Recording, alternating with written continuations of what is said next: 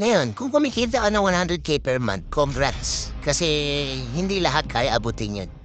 Kung ako nasa kalagayan mo, nung time na pumikita ako ng 100K per month, unang-una kong pupondohan dyan, yung needs. Wala ako sa wants. Needs lang. Kung ano mga kailangan kong gastusin. Kung yung sinasabi mo, personally hindi ko to ina-advise. Pero sa akin, ito ginawa ko. Nung kumikita ako ng 100K per month, wala akong emergency fund. Kasi all out ako eh. Instant na emergency fund ko, tinataya ko ulit para mas mabilis yung rolling of cash flow ng pera. Ngayon sa akin, kung kumikita ka ng 100K, kunin mo lang kung ano yung expense mo, basic necessity, needs lang, walang luho, wala pong ano man sa kanayan. Gusto mong bumili ng sapatos sa kanayan, gusto mong bumili ng bagong cellphone sa kanayan. Kung ano pa mga gusto mong bilhin sa kanayan. Kasi lahat yan madali pag may pera ka ng sobra-sobra. Mas masarap kumuha ng isang bagay o kumuha ng luho o material na bagay na gusto mo pag kaya mo siyang bilhin nang hindi ka nasasaktan. Pag kaya mo siyang kunin nang hindi naapektuhan yung finance mo. Yung tipong pag, hulugan ko pala ng kotse. Okay lang, di ko ramdam. Bakit? Kasi inuuna mo yung needs. Yan yung tinatawag na delayed gratification. Hindi porket kaya mong bilhin ngayon, bibilin mo na. Hayaan mo lang, unahin mo lang yung needs hanggang dumating ka sa punto na lumalaki na yung income mo. Tapos yung mga gusto mo no 2 years ago, 3 years ago, kaya mo na siya bayaran ngayon ng monthly nang hindi ka nasasaktan. Mas masarap yun. Yung magbayad ka ng bagay na gusto mo nang hindi maapektuhan yung finances mo.